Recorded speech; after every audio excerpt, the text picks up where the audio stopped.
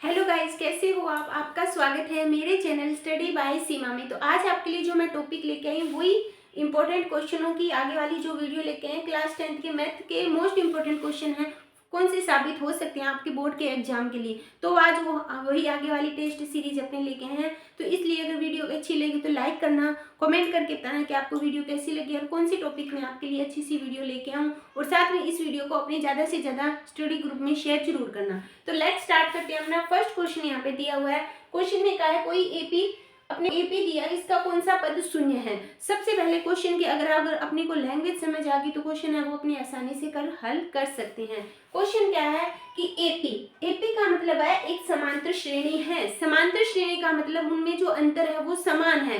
ठीक है, अपने को समांतर श्रेणी है 72, 63 और 54। ये है, इसका कौन सा पद है वो शून्य होगा। यानी पदों तो कुल कितने, कौन सा जो लास्ट पद है जिसका मान है वो शून्य होगा। इसका मतलब जो फर्स्ट है वो किसकी वैल्यू है, ए की वैल्यू कितनी, 72। डी का मतलब होता है सारो अंतर। जब स्टार्टिंग में कह दिया कि समांतर श्रेणी है, इसका मतलब सभी में अंतर समान होगा। अपने सारे ज्ञात नहीं करेंगे, अपने एक करेंगे। 54 में से 63 देख कितने बचे, माइनस के 9 बचे, यानी डी का मान कितना है, माइनस का 9। अब अपने को करना है लास्ट पद अपने को दिए, यानी कौन सा पद है, इसका मतलब अपने को n की वैल्यू ज्ञात करनी है।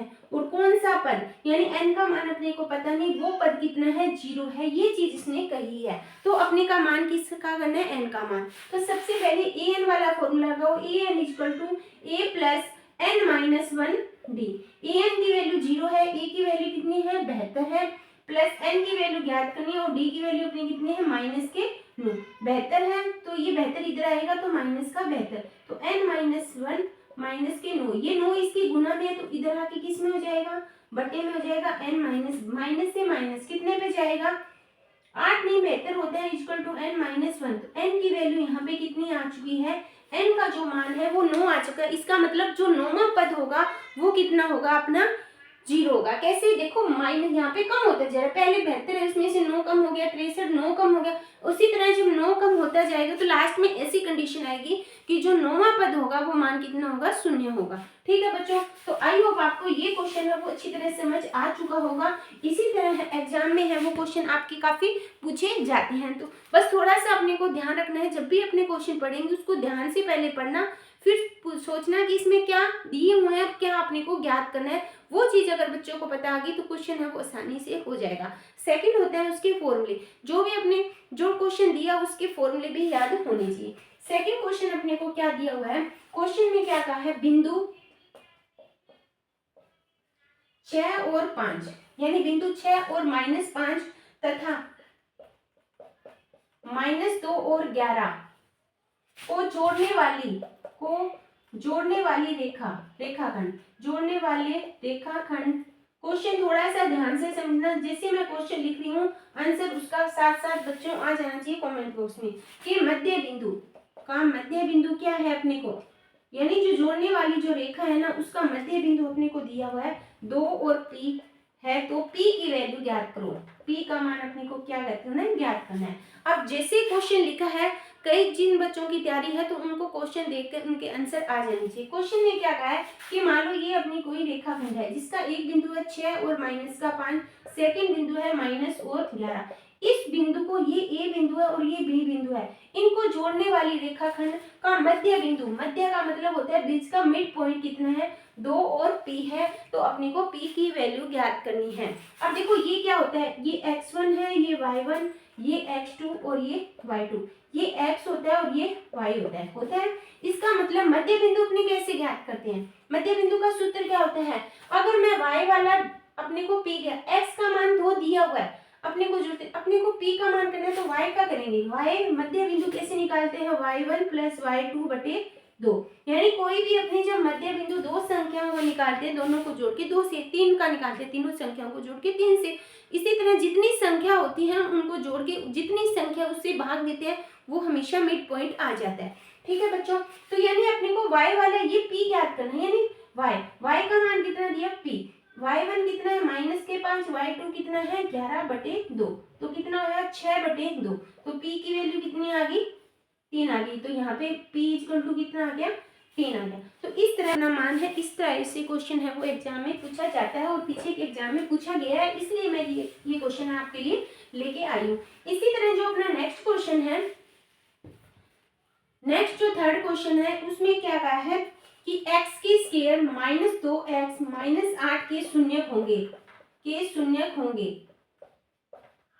ये कब होते हैं शून्यक, कब बच्चे कर पाते हैं? जब बच्चों को गुणनखंड आता है, यानी शून्यक निकालना बच्चों को आता है तो ही वो शून्य ज्ञात कर सकते हैं, वरना नहीं कर सकते। अब इसके लिए मैंने स्पेशल आपकी वीडियो शून्य ज्ञात करना या गुणनखंड ज्ञात करने की वीडियो भी मैंने स्पेशल डाली हुई है, तो वहाँ पे आप देख सकते हो। वैसे मैं यहाँ पे भी आपको डिटेल से ताकि आपको पीछे की वीडियो देखने में दिक्कत ना हो, कि आपके पास जो 10th क्लास के बोर्ड है इतना टाइम नहीं है कि आप एक क्वेश्चन में ही लगे रहो। ठीक है बच्चों, जैसे मैं क्वेश्चन कराती हूँ, आप अगर आपकी तैयारी होगी तो जो मैं क्वेश्चन कराती हूँ आप इतने कर लोगे तो आपकी अच्छी तरह तैयारी हो जाएगी, ये मेरा मानना है। देखो क्वेश्चन क्या है, x की स्क्वायर -2x -8 है। ये अपने को एक द्विघात समीकरण दी हुई है। अब इसकी शून्य ज्ञात करने, अब सबसे पहले ये जब आप ये द्विघात समीकरण देखोगे तो इसमें देखने के बाद एक सबसे पहले आपके माइंड में ये आना चाहिए कि इसके कितने शून्य हो सकते हैं। शून्य कितने होंगे? जितने वो द्विघात, अगर द्विघाती है तो 2, द्विघाती है तो 3 और चतुर्घाती है तो 4, यानी x के ऊपर जितनी पावर होगी उतने ही उसके शून्य होंगे। ठीक है, तो इससे आपको पता लगेगा कि इसमें कितने शून्य आएंगे, 2 शून्य आएंगे।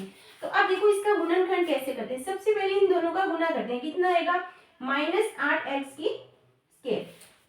8 के टुकड़े करने, कैसे करेंगे? 8 के टुकड़े होते हैं 4 और 2, यहाँ पे माइनस है, यहाँ पे मैंने माइनस कर दिया और यहाँ पे प्लस कर दिया। यहाँ पे जो निशान है ना वही आनी चाहिए, तो -4 को 2 से 4 में से 2 हटाए तो माइनस, x की स्क्वायर -4 में से कितने गए, x + 2 गए, तो माइनस कितने हो गए, 8 हो गए। अब इसमें क्या बनाएंगे, अपने दो दो के जोड़े। अब इनमें कॉमन लो, दोनों में कॉमन क्या आ रहा है, x कॉमन आ रहा है, तो क्या बचा x - का 4। ठीक है बच्चों, इन दोनों में कॉमन क्या आ रहा है, प्लस का 2 आ रहा है, तो क्या बचा x - 4। जब भी अपने गुणनखंड या फैक्टर्स करते हैं तो जो ब्रैकेट में संख्या आती है वो सेम होनी चाहिए, तभी अपना क्वेश्चन है वो सेम माना जाएगा। तो x - 4 है, इन दोनों में से एक लिख लिया, दूसरा x + 2, यानी x + 2 है वो इसका क्या हो गए, यानी इसके कितने शून्य हो गए, 2 हो गए। ये अगर मान लो यहाँ पे x की वैल्यू तो कितनी आएगी, 4, अगर यहाँ पे x की वैल्यू देखेंगे तो कितनी आएगी, -2, इसकी करेक्ट आंसर आएगा। तो इस तरह आपने जो भी द्विघाती समीकरण है उसके शून्यक है वो आसानी से ज्ञात कर सकते हैं। ठीक है बच्चों, ये था अपना थर्ड क्वेश्चन। इसी तरह जो अपना फोर्थ क्वेश्चन है वो क्या है, फोर्थ क्वेश्चन में क्या कहा है, सिद्ध करो कि कोसेक थीटा माइनस के साइन थीटा और सेक थीटा माइनस के कोस थीटा बराबर क्या होगा, 1/tan थीटा और प्लस कोट थीटा। ये चीज अपने को सिद्ध करनी है, यानी क्या सिद्ध करना है, इसके बराबर ये चीज सिद्ध करनी है। ये आपकी त्रिकोणमितीय वाली प्रश्नावली है। अब देखो इसमें इसके बराबर ये सिद्ध करना है, तो क्या था, cosec theta minus sine theta, और एक अपना क्या था, sec theta minus cos theta. ये चीज है, इसके बराबर ये चीज जब भी अपनी त्रिकोणमिति वाली सिद्ध करेंगे तो सबसे पहले अपने इसको साइन और कोस में कन्वर्ट करेंगे। जब तक साइन और कोस में कन्वर्ट नहीं करेंगे क्वेश्चन अपना सोल्व नहीं होगा। तो देखो कोसेक का फॉर्मूला क्या होता है, 1/sin थीटा, और यहाँ पे क्या है, साइन पहले से है तो इसको मैं चेंज नहीं करूंगी, क्योंकि साइन जो कोस है उसको एज इट इज वैसे रखें। कोसेक क्या होता है, 1/cos, और ये भी क्या है, 1/cos है। अब इसको बटे में, दोनों इक्वेशन बटे में, तो बटे में क्या आएगा, साइन थीटा, एक आ जाएगा, एलसीएम एक को किया तो क्या हो गया, साइन की स्क्वायर थीटा। यहाँ पे कोई निशान नहीं, इसका मतलब क्या है, मल्टीप्लाई का निशान है। यहाँ पे क्या हो जाएगा, 1/cos की स्क्वायर थीटा। अब देखो 1 - sin स्क्वायर थीटा क्या होता है, cos थीटा होता है स्क्वायर। इसी तरह ये क्या हो जाएगा, sin theta into 1 - sin cos square क्या होता है, sin की स्क्वायर थीटा, और बटे क्या हो जाएगा, cos थीटा। ये cos से ये sin से ये, तो क्या बचा अपना, sin थीटा और कोस थीटा। ये चीज आ गई, लेकिन अपने को सिर्फ क्या करनी थी, अपने को तो ये करनी थी। तो यानी अपने ने सबसे पहले LHS वो लिया है। ठीक है, अब अपने लेंगे RHS। यानी कई बार ऐसे होते हैं अपने को दोनों पक्ष है उनको लेके हल करना होता है। तो इसको करेंगे तो क्या हो जाएगा, tan का क्या होता है, साइन बटे कोस, और प्लस इसका क्या होता है, कोस बटे साइन होता है। तो बटे की इसका एलसीएम क्या आएगा, साइन थीटा और कोस थीटा।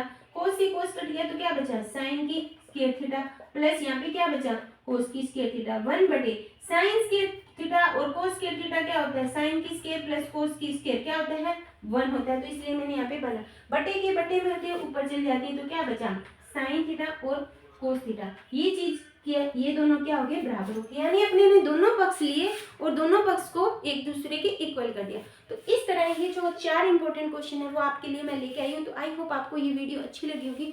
वीडियो अच्छी लगे तो लाइक करना, मेरे चैनल को सब्सक्राइब करना और इस वीडियो को ज़्यादा से ज़्यादा अपने दोस्तों के साथ शेयर जरूर करना। थैंक यू बच्चों।